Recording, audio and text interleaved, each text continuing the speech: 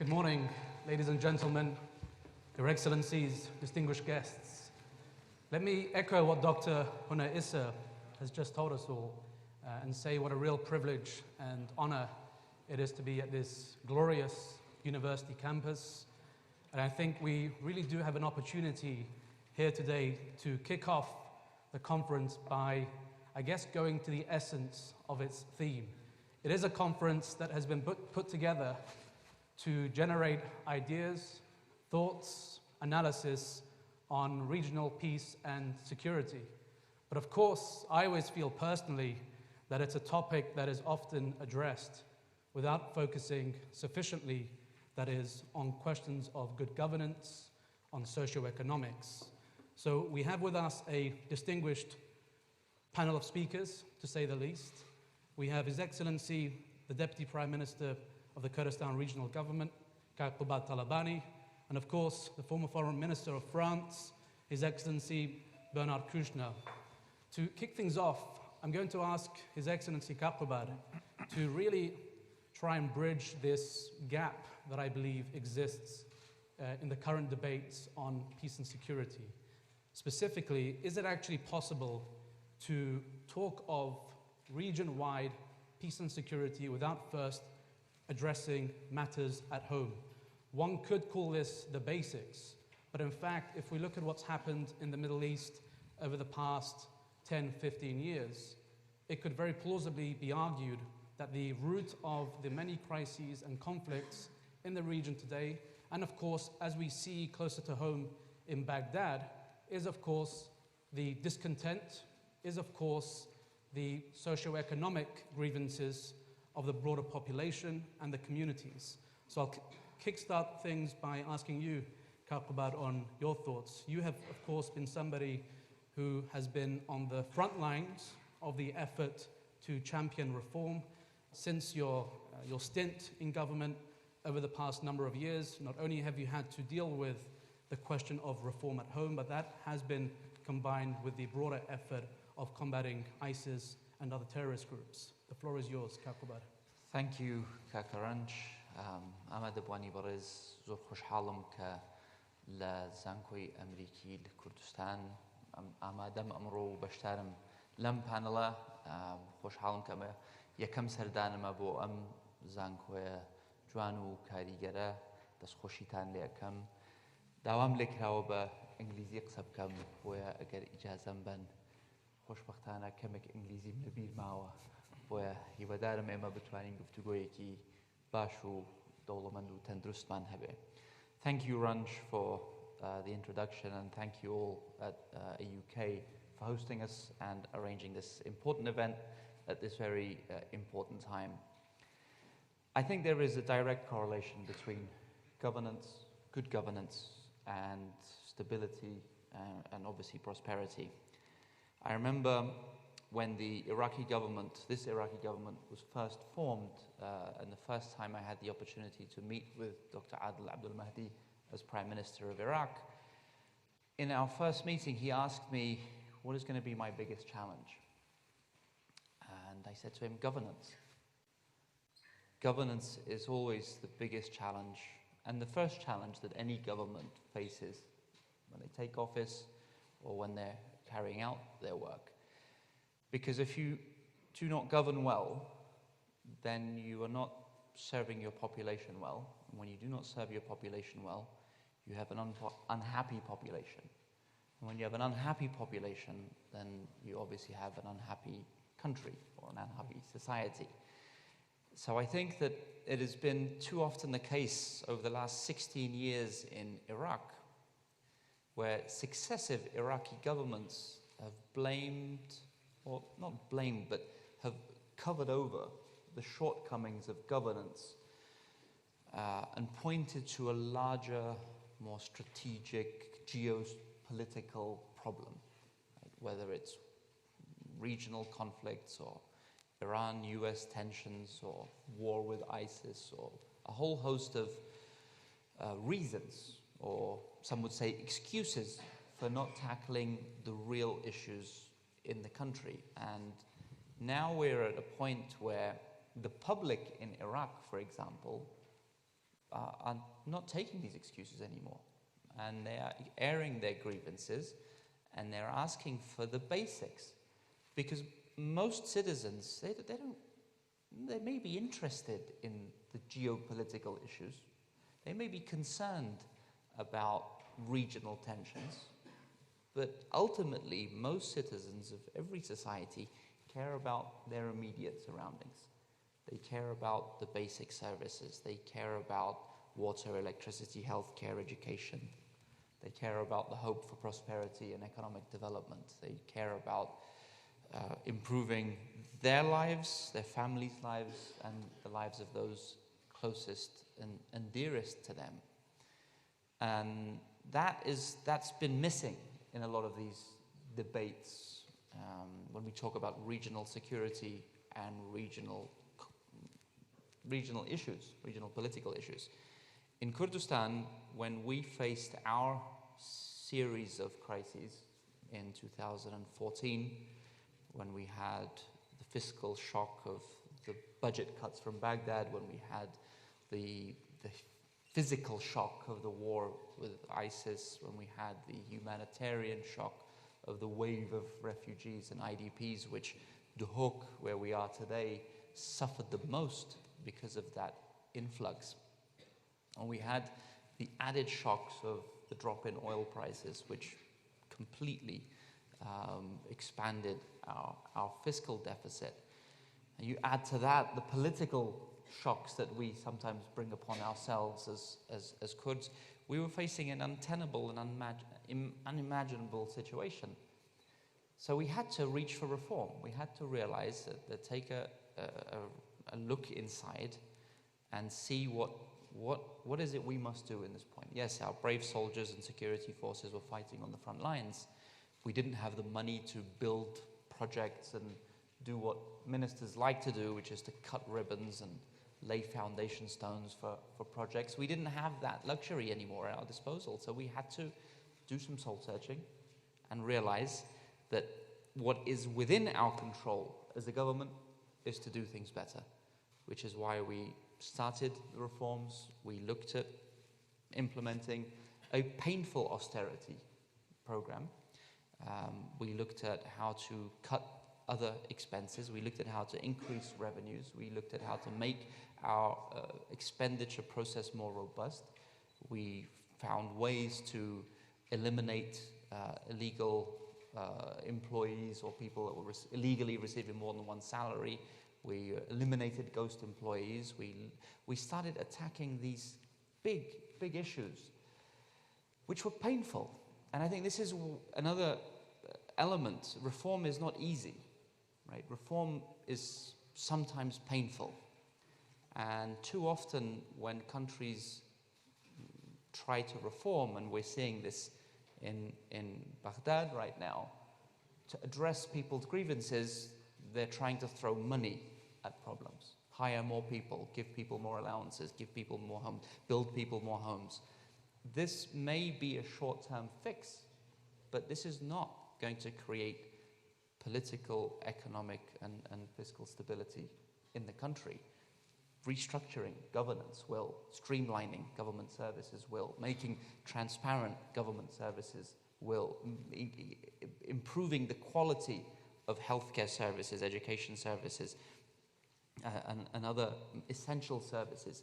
This will make an impact, and some of this involves redirecting funds away from just throwing money at problems, but partnering with the private sector, looking at opening up your economy to others, because ultimately you look at countries that have unhappy populations, right? You see them, you see their governance models not being good, and look at countries that are causing problems around the world. They're never countries with happy populations. Countries that are causing problems around the world are usually the countries with unhappy populations. So this is a lesson to all of us at a regional, national, or broader regional context. Fix your home, fix governance at home, Worry about securing your home. Worry about providing services to your people. Worry about creating the most jobs you can for your people, not just in the public sector, but in the private sector.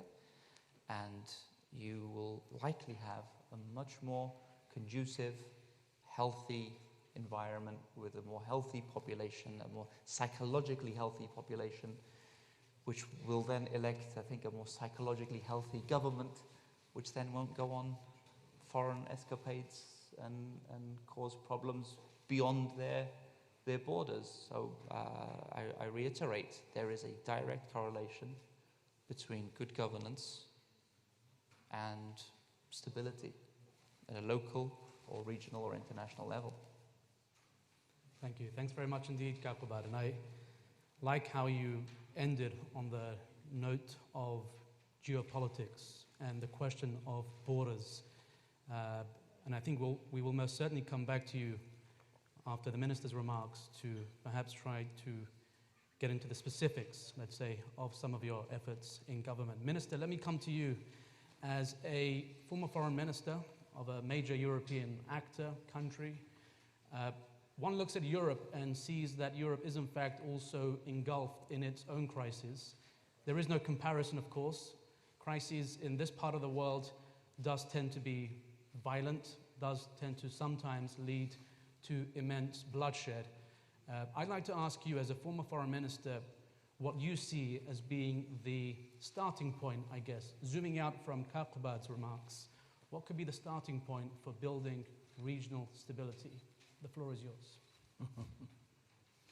Easy question. Well,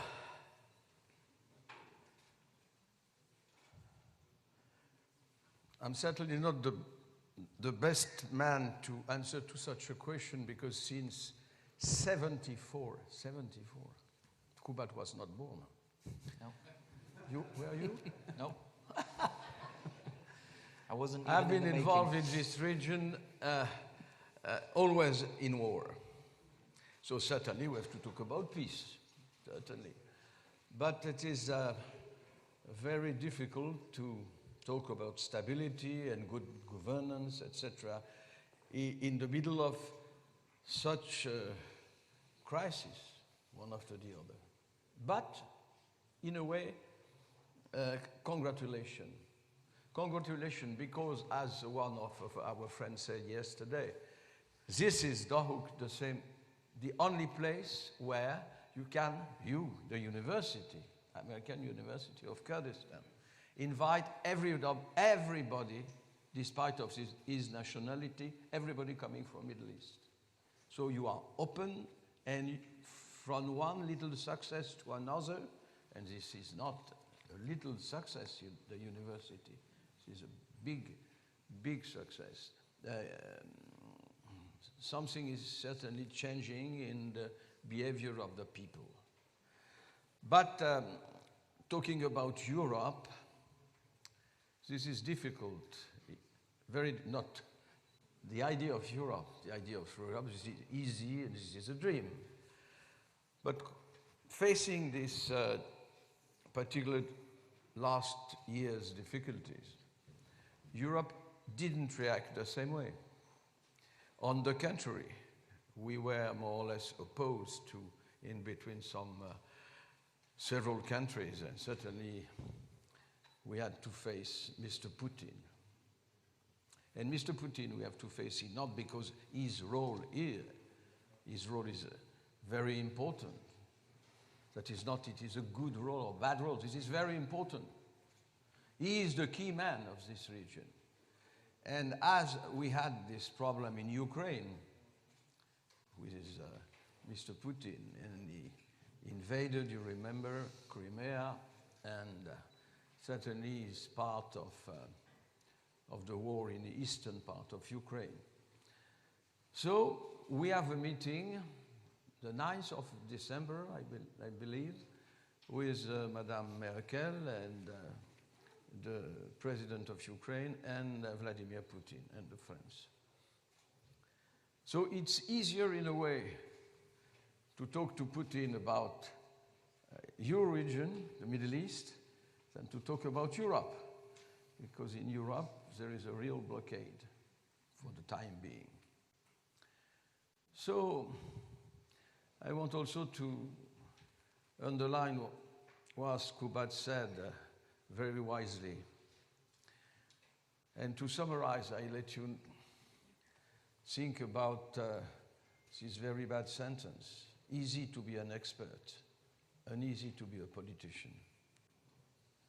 Okay, when you are an expert, you are telling us the good way, the truth, and of course, you insist. It's a group of pressure, etc. But this is not the real way. This is not the real life. When I became, by chance or not, by misfortune, the foreign minister of France, with my knowledge of Kurdistan and my friends everywhere, etc., in all the countries, I was completely sure to do something to change the situation. Look at the situation. I don't know if it's worse or the same, but this is not that way. You have good recipes, but how to implement, this is completely a different life. Because you have to implement your external idea in foreign policy, but with your people, and to convince your co-citizen that it is very important to act in the neighbor's country or far country, Middle East. This is very, very difficult. We have our, not at the same level, not the same way, etc., but my country, France, in that day or yesterday, we had to face our little fights. By this month, last month, this little fight is called Yellow Jacket. Tell me what they are looking for. Tell me, it's very important to let the people know in France what they are looking for. But this is a sort of violence, very new in my country. So in the same time, and it was Saturday, last Saturday, it was a violent struggle in Paris, and Mr. Macron was visiting, I don't remember what he was visiting, but it was far from Paris. And so the people didn't understand. Well, this is not the subject, but the subject is certainly easy to advise, easy to perceive the real way and the real, let's say, key of one, even if it's a problem so difficult like Kurdistan. What is Kurdistan? The people in my country are always asking me, but you know Kurdistan, what's going on? But in which Kurdistan? What kind of Kurds? That even don't know there is Iranian Kurd, Iraqi Kurd, Syrian Kurds, and Turkish Kurds. So the beginning of the beginning is not known, not enough. And of course, stability and good governance is absolutely key points. There are, but you know, the recipes of good governance. We know something. We are all in agreement. Corruption is not accepted. Bravo. Not accepted, but going on. Going on everywhere. So, as I told you that my first coming in here in dehōk was in, no, not 74, a bit after, but it was a village, it was a little town. So the huge success you had in development, sort of a development, of course, is not enough like everywhere, not enough balance in between the poor and the rich, and etc. But a fantastic development. You were successful in, and you will be still successful. But in fact, the rest on the other side of the river Tiger, you were not talking with. And the people, the Syrian Kurds, they were not talking to you. So tell me the good recipe. We all knew and we all know that it's better to talk to each other. And look at that. This is the result. everybody is interested in the same topic. So it's my pain. I'm suffering of that, but suffering is not enough. But we cannot interfere, the French, the European, the American, in the same way. Let me come right in, Minister, because I think you touch on a very good point there. I mean, you didn't actually answer my question. Let me put that very frankly. The proof of a good diplomat, a skilled diplomat. This is Precisely. Exactly. Thank you very much. It is the first time someone say to me that I'm a good diplomat. So let me try and, because I think my goal for this panel is to really turn it into a conversation-style discussion. So let me go back to you, Kakobad. I did ask the Minister what the starting point might be for regional peace and security. And we did hear from the Minister that it is a colossal challenge, that there are all sorts of factors at play. It's a multifaceted challenge. Taking your remarks on the efforts you led domestically in Kurdistan for reform, what role can outside actors play? Is this something that can really be left to the region's own devices, left to Kurdistan's own devices, or is this something that really has to be a collective effort involving regional plus international actors? I think there is an important role for the international actors, international organizations, friendly countries to play in reform. We were the first to admit we don't know everything. We still have a very big shortage of real economists in Kurdistan, for example, real skilled. We have great talent across our government, but we needed expertise. So we came to the EU and said, look, we need expertise in this area. We went to the US, and the US gave us some advisors that they paid for. The UK, the same. France, we're in touch with. The Netherlands are helping us now with agriculture reform. So yeah, absolutely, we can learn from experiences. Developed countries, strong countries, friendly countries, all have international development agencies which are filled with qualified people that have worked across the world in countries that are facing situations very similar to ours. So there's nothing wrong about not knowing something. It's wrong to not know something but then claim to know everything, which is too prevalent in the Middle East. It's almost shameful to not know something. Well, no, it's not shameful. In my opinion, it's shameful to not know something but then claim to know it. So I think that the foreign powers, the friendly powers, can't fix problems. There has to be the political will to fix the problem, but they can certainly help with expertise. Just think of how much money has been spent on the so-called reconstruction of Iraq from 2003 until today. I mean, the number is staggering. It's in, Ken, help me, how many billions, if not tens and tens of billions of dollars have been spent on reconstructing Iraq. Where is it? If a tenth of that money had been spent on expertise that could be implanted into the ministries across the levels, from the deputy minister down to the most junior official in the government, you would by now, after 15 years, have a cadre of people in the government that would be skilled. Right? We hear all of this talk today. Well, okay, the demonstrators are unhappy with this government, so they want to get rid of Dr. Adel, they want to get rid of all the ministers. Okay, let's play this out. Dr. Adel gets annoyed, tomorrow he resigns, the 3 presidencies all resign, all the ministers resign. Who's going to form the next government? Those people demonstrating on the streets are not going to form the next government. The same parties that formed this government are going to sit in the same room they sat in to form the last government, and are going to form another government from the same people, from the same political parties, who are then just going to appoint ministers again, and it's not going to work. This man was an excellent minister. You make him a minister in one of the Iraqi ministries, he's not going to be able to fix that ministry. Because the problem is not at the minister level.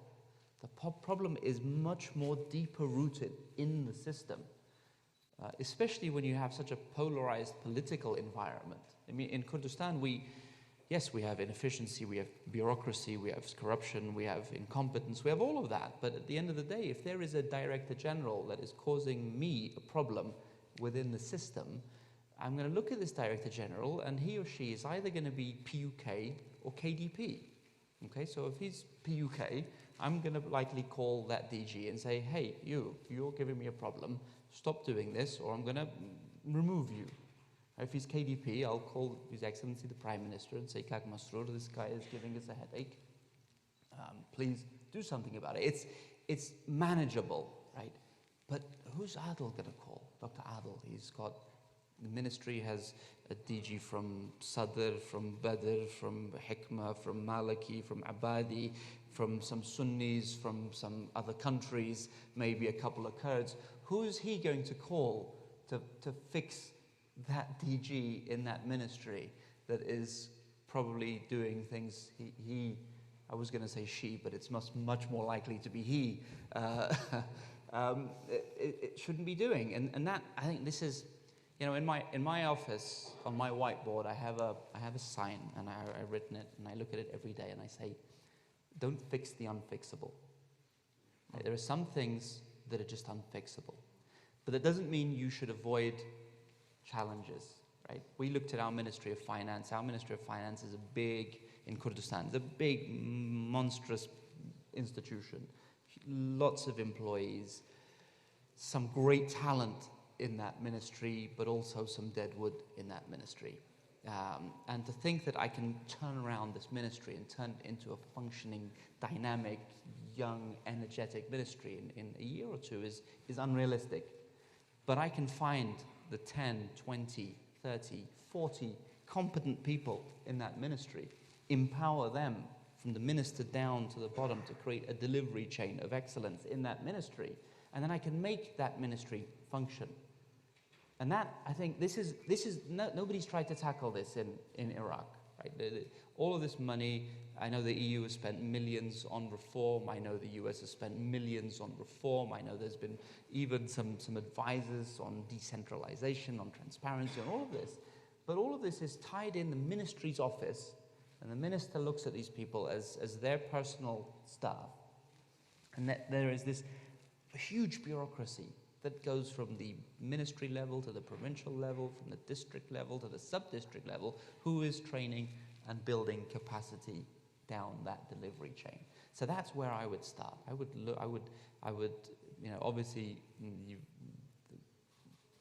there's problems in Baghdad. If we're looking at Iraq, you can't kill demonstrators, first and foremost. That's unacceptable, right? The people should be allowed to demonstrate, people should be allowed to air their grievances, and the government should have a channel of communicating back and forth with those people. But at the same time, parallel to this, there should be a real look at how to restructure the government to make it work. And that, again, will create, I think, a more functioning government. That's where I would start. I would always start at home. There's no point fixing neighbors and neighborhood problems if you can't fix your own house and your own problems.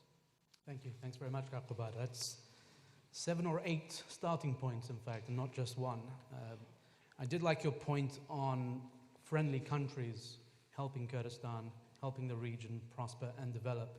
But I will come back to you at some point, perhaps during the Q&A, to ask you about hostile countries and what sort of approach and strategies can be developed to engage them, and in fact, what they could be doing.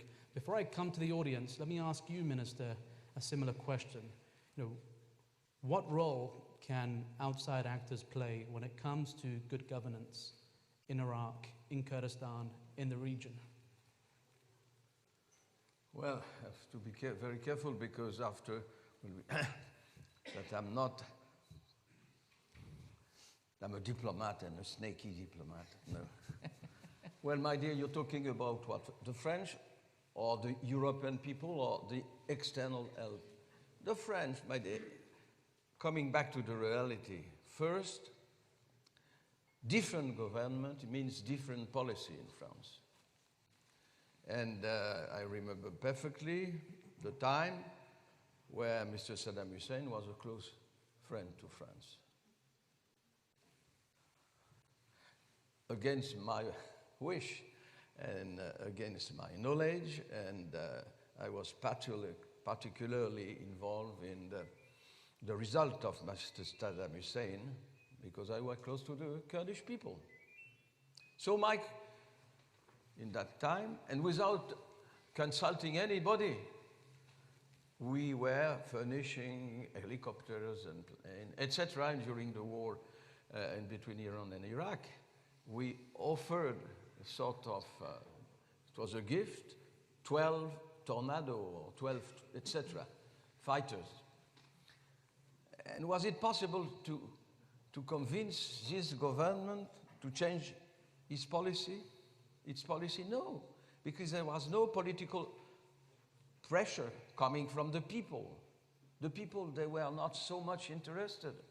They were interested by their local problems, by the lack of jobs, but a lot of very important issues.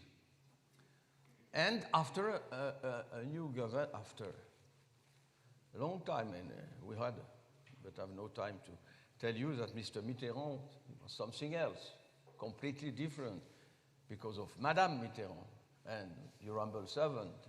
We were closer to the Kurds.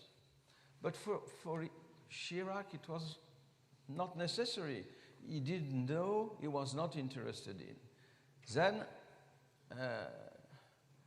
Then Sarkozy came, then François Hollande came, and today this is Mr. Macron.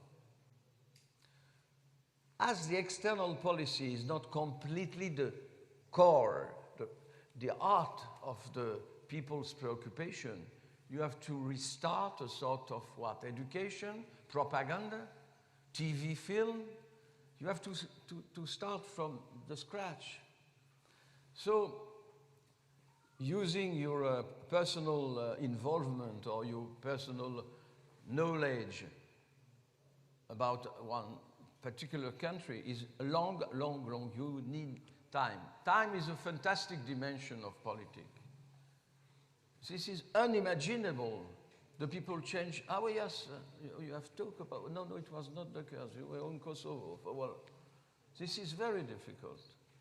Second, is it possible to get a European agreement? Because France is certainly a very important country, but not so much. And we have Europe. We were building. We were working on Europe for that reason, to get a real weight, to have a real strength in between, at least the American and the Russian, the American and China, etc. But I don't want to say very bad words on European diplomacy, but there is no European diplomacy. We should be together, the 26 or 27, depends on Brexit, in agreement on a foreign policy. But this is very difficult. All the European countries, they have their own interest, trade interest, political interest in terms of historical relation, etc. This is very, very, very infrequent to be together. I wouldn't want to give you too much quickly the key problem of our continent. Migration. It's a shame the way France didn't react enough. It's a shame, my personal shame.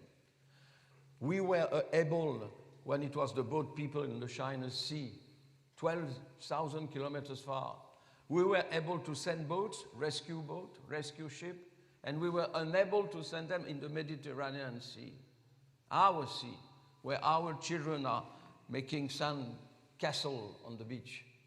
Why? Because there is a threat coming from extreme rightist people, like it was formerly before the Second World War, and everybody was fighting, and all the political discussion and all the political,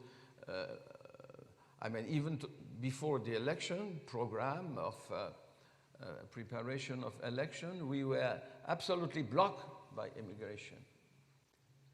So, when Madame Merkel, and it was the honor of Europe, she saved the honor of Europe, opened the door to 1 million people coming from Middle East, but also coming in the same time from Afghanistan and from Africa, etc. In my country, we accepted a bit more than 5 or 10,000. And it was not European fault, it was one country by country, the nation's fault. I remember when there was a special meeting of the European Chief of Staff, Head of State. They separate and they offer to all, one after the other, all the European country with comparison with the level of unemployment, the richness, the number of consider, etc. We were supposed, the French people, to accept 7,000. It was nothing. We are 70 million. It has not been done. So, you know, another time, I mean, the wish of the people, and if you are obliged to present your candidacy to an election, you also have to talk about the people. Unfortunately, on that particular problem, they didn't change at all. And this is still the same problem. And Brexit was partly on migration. And all the coming elections in Europe are absolutely blocked by this problem, this false problem. Thank you, Minister. And speaking of the people, I think this is a chance to come to the audience now for their questions. You did make the point that there is no European diplomacy, and I'm pretty sure our European friends in the audience have a few things to say about that, Minister. So let's come now to you, the audience, for your questions. William Morris. And can you, please identify yourself and your organization? William Morris, Next Century Foundation. You mentioned the problem, the mushkila in Baghdad. You really didn't quite mention the solution. You seem to imply that Premier Adam should continue. And meanwhile, we've got demonstrators at the gates of Basra Court now. I mean, things are not very healthy. And one of the requests that they have is electoral reform, constitutional reform even possibly. Do you see that as a possibility, at least, if they are not to be allowed another election? I don't see constitutional reform or an amendment to the Constitution as a solution to the problems of Iraq.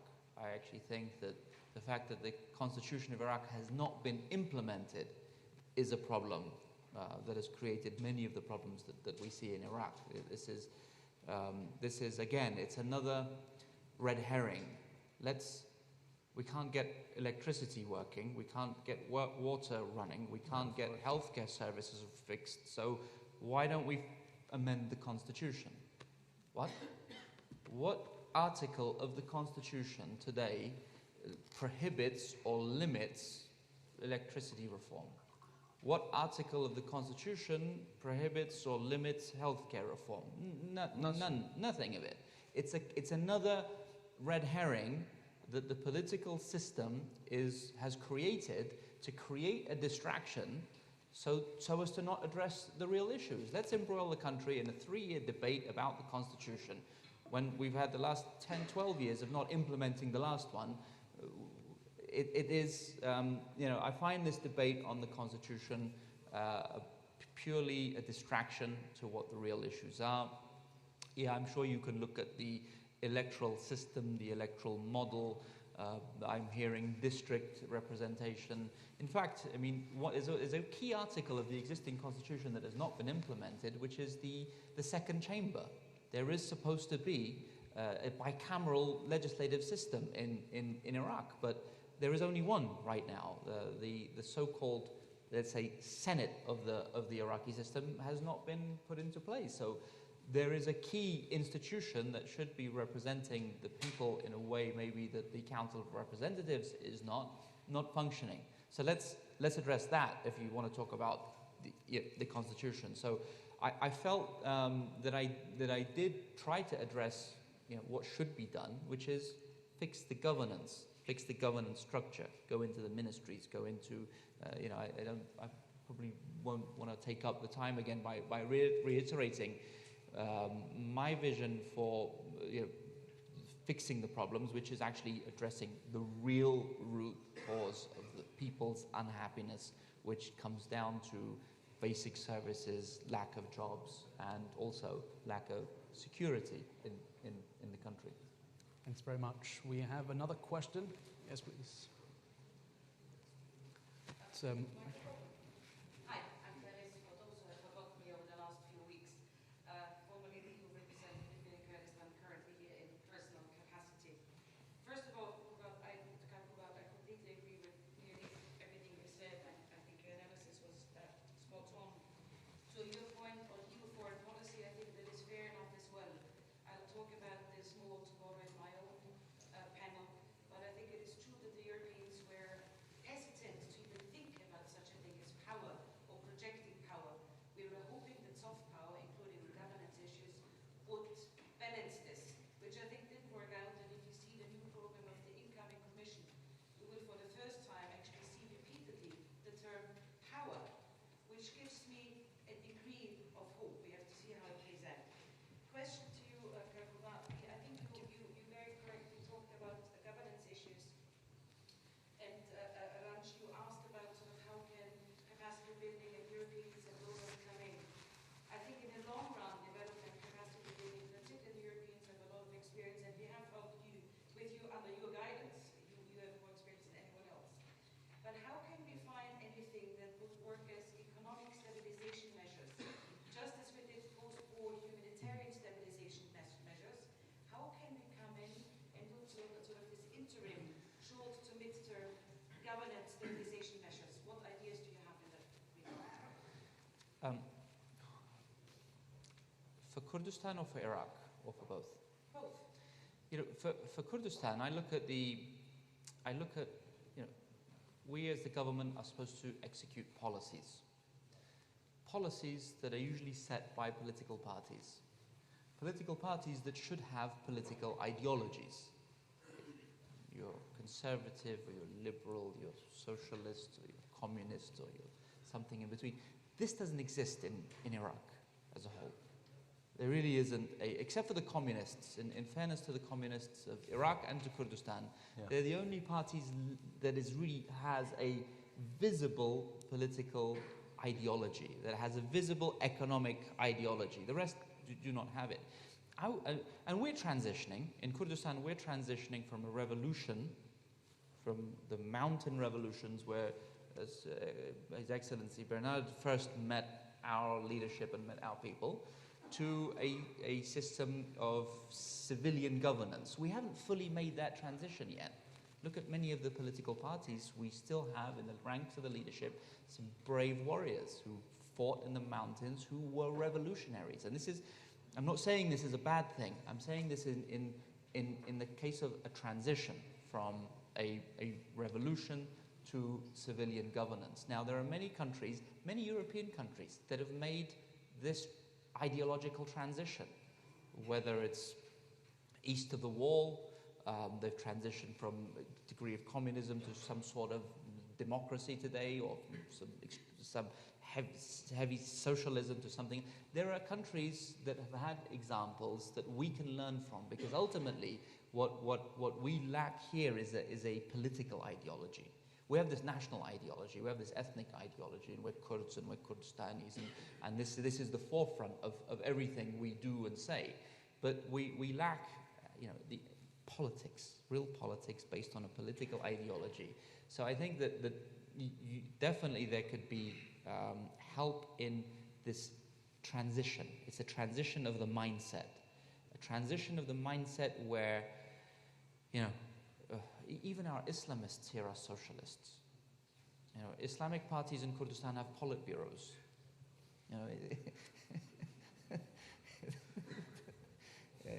So helping, and down the bureaucracy, understanding that the private sector is not the enemy.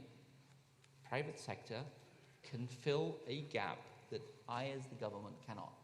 So how do I change the mindset of my executives, my bureaucrats, my political parties to look at the private sector as a potential source of assistance to plugging the gaps that we have here. So again, learning from your models, learning from your experiences, countries that maybe 20, 30 years ago went through various transitions, similar to the transitions that we're still going through now. And I think so. There is, that there's a lot that can be done. I think with Iraq, it's a bit more, again, as usual, it's more complicated because the regional interference in Iraq is stronger than your interference in Iraq, and will always be stronger than your interference in Iraq. So whatever you try to do in Iraq, it'll probably be influenced by the regional interference. And that's something you think should be countered, balanced, outmatched? I think that, if I were in Baghdad, I would seek all the help that I could get from whoever that was willing to help me, but it would have to be my vision, right? They should help me implement my vision, the vision I have for the country. And I think that's what's missing in Iraq right now is the Iraqi vision. What does Iraq want to do? And then when Iraq knows what it wants to do, it can find the right partners to help it execute its vision. I think too much, whether in 2003 it was one vision or whether it was 2019, it's another vision. Too much of what is being discussed are other people's visions and not Iraq's own. Thank you. Thanks very much, Kapilbad. Minister, before I come to you, let's take one final question and then we can incorporate all the questions together. Please, sir. My name is Karol Krosnow. I am president of American Kurdish Research Institute. My question to both of you. My name is Karol Krosnow. I am president of American Kurdish Research Institute. My question to both of you. Do you think that a deal of the century will solve the problem of the Middle East? As you know, deal of the century is a proposal suggested by Gary Kushner, and it's just, I think it's just to solve the problem between Palestine and Israel without mentioning the Kurdish problem. Without mentioning the Kurdish problem and without solving the Kurdish problem, do you think that the deal of the century will make Middle East peace and secure? Thank you. Thanks very much. Minister. No, Mr. Minister, Your Excellency. Up to the You have minister. engaged in such deals. I will comment. Deals what of the is to say. decade, deals of the century. Come on, Mr. Minister, please. No, please. This is your country. I will comment. I don't think the deal of the century is going to fix all of the problems in the Middle East. I think every country has its own problem. Some problems of some countries are connected to other countries' problems. But I sound like a broken record here. Fix your home, fix the problem in your home, and you make, I saw this a lot with the US-led reconstruction post-Iraq nation-building process. They tried to fix the problems. Right? Fallujah was a huge problem.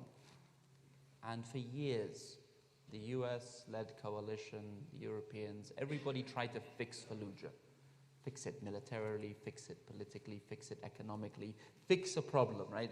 Most, developed countries like to fix problems, and the way they fix problems is a logical way. There's a checklist, right?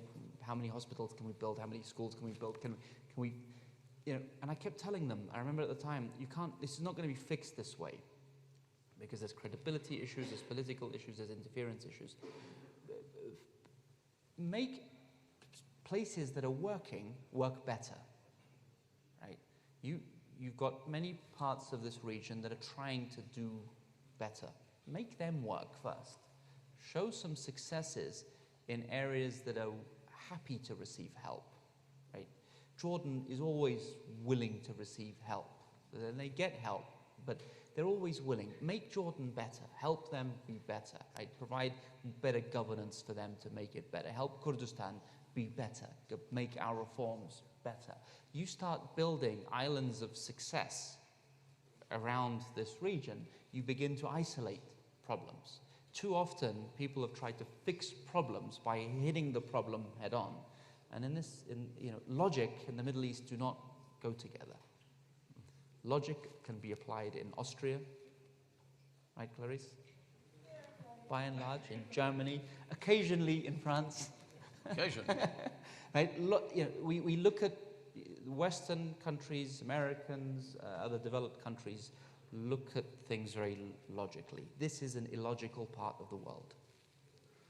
And so you have to be creative in solutions. Thank you. Thanks, Dr. Minister. Fortunately, you were speaking before me. I agree completely. Sanctions will not solve any problem. But this is the last decision before war. How to react against something in political or economical nature, etc. It's up to the people, it's up to the country, it's up to the knowledge, the mindset, as you said. But can we help in another way? Is it possible to make an economical pressure? Is certainly the last moment. Look what happened. This is always the good example in South Africa. It was because of the decided sanction from all the world that the political system has changed. This is not the same thing in Middle East. This is not the same thing in. We are not in charge. We have to separate. Sorry, the problem of ISIS and the problem of all the country in Middle East, one after the other, usually opposed to the other. So we were able to decide unanimously that Daesh was not your favorite, our favorite, and it was a danger for the rest of the world. Fortunately, the Kurdish people react and fought for us. We were helping them in terms of economy, in terms of material, etc., but they decided. And this is not the end, because in the same time, it was much more difficult to accept the people in the camps and the refugees, and as I told you, migration was the problem, etc. So we are facing, in the same time, for the same problem, a lot of center of decision, political pressure, and that's why I'm coming back, sorry, to the lack of European decision. How can we? Now we are facing the position. NATO exists. Turkey is a member of NATO. So are we supposed to fight one of these days against Turkey? I mean, it seems just impossible even to imagine. So this sort of knot of contradiction is very new. Middle East was easy to understand, not easy to solve, easy to understand in the former version. Now, the one country is opposed to the other everywhere. Iran, Iraq, Turkey, Saudi Arabia, etc. Do you know a perfect, let's say, general decision? This is very difficult, dear expert. Very difficult. And in the same time, we are facing, we had a strong coalition, yes, with Germany, but also with the UK. And now UK is leaving from Europe. in the same time. Do you have a recipe, a solution? We are crossing very troubled time. Thank you. And when I was telling you about Vladimir Putin, he knows the way. And I'm talking now by the so-called Mr. Trump, he doesn't know the way. Thanks very much, Minister. Kakobad, I don't want to end this panel with a note on Vladimir Putin. So I'm now coming to you for a brief 20-second intervention that can allow us all to leave this hall with a sense of optimism.